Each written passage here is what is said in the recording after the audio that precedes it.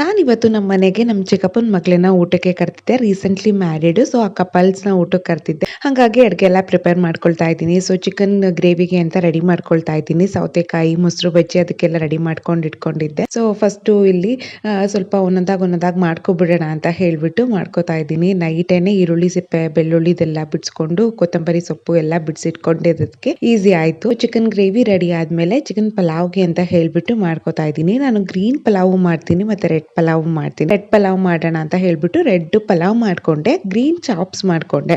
So ರೆಡ್ಡೇ ಬೇಡ ಎಲ್ಲ ಅಂತ ಹೇಳ್ಬಿಟ್ಟು ಸೊ ಪಲಾವ್ ಕೂಡ ರೆಡಿ ಆಯಿತು. ತುಪ್ಪ ಖಾಲಿ ಆಗಿತ್ತು, ಹಾಗಾಗಿ ತುಪ್ಪ ಕೂಡ ಕಾಯಿಸೋಣ ಅಂತ ಹೇಳ್ಬಿಟ್ಟು ಕಾಯಿಸ್ಕೊತಾ ಇದ್ದೀನಿ. ಇನ್ನೊಂದು ಕಡೆ ಮೊಟ್ಟೆ ಬೇಯಕ್ಕೆ ಅಂತ ಹೇಳ್ಬಿಟ್ಟು ಇಟ್ಟಿದ್ದೆ. ಸೊ ನಾನು ಕುಕ್ಕರಲ್ಲೇ ಬೇಯಿಸ್ಕೊತೀನಿ.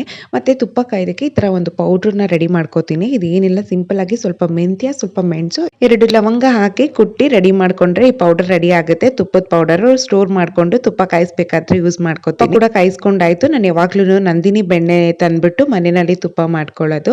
ಫಿಶ್ ಕೂಡ ಪ್ರಿಪೇರ್ ಮಾಡ್ಕೊಬಿಡೋಣ ಅಂತ ಹೇಳ್ಬಿಟ್ಟು ಫಿಶ್ನು ಕೂಡ ಪ್ರಿಪೇರ್ ಮಾಡ್ಕೊಂಡು ಏನೇನೆಲ್ಲ ಐಟಮ್ಸ್ ಮಾಡಿದ್ದೀನಿ ಅಂತ ಅನ್ನೋದಾದ್ರೆ, ನಾನು ಮೊದಲೇ ತೋರಿಸ್ದಾಗೆ ಚಿಕನ್ ಪಲಾವ್ ರೆಡಿ ಆಗಿತ್ತು. ಮತ್ತೆ ಇದು ಚಿಕನ್ ಗ್ರೇವಿ, ಇದನ್ನ ಪೂರಿ ಜೊತೆ ಚೆನ್ನಾಗಿರುತ್ತೆ ಅಂತ ಹೇಳ್ಬಿಟ್ಟು ಸೊ ಪೂರಿ ಒಂದು ಲಾಸ್ಟಲ್ಲಿ ಮಾಡ್ಕೊಂಡೆ, ಬಿಸಿ ಇರಲಿ ಅಂತ ಹೇಳಿ.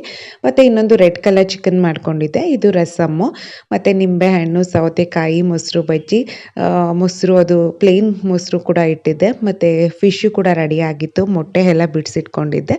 ಮತ್ತೆ ಚಪಾತಿ ಹಿಟ್ಟು ರೆಡಿ ಮಾಡ್ಕೊಂಡಿದ್ದೆ. ಲಾಸ್ಟಲ್ಲಿ ಪೂರಿ ಮಾಡೋಣ ಬಿಸಿ ಬಿಸಿಯಾಗಿ ಅಂತ ಹೇಳ್ಬಿಟ್ಟು ಇಷ್ಟು ಐಟಮ್ಸ್ ನ ಪ್ರಿಪೇರ್ ಮಾಡಿದ್ದೆ ಆಲ್ರೆಡಿ. ಪೂರಿ, ವೈಟ್ ರೈಸ್ ಎಲ್ಲ ಆಮೇಲೆ ಪ್ರಿಪೇರ್ ಮಾಡ್ಕೊಂಡೆ.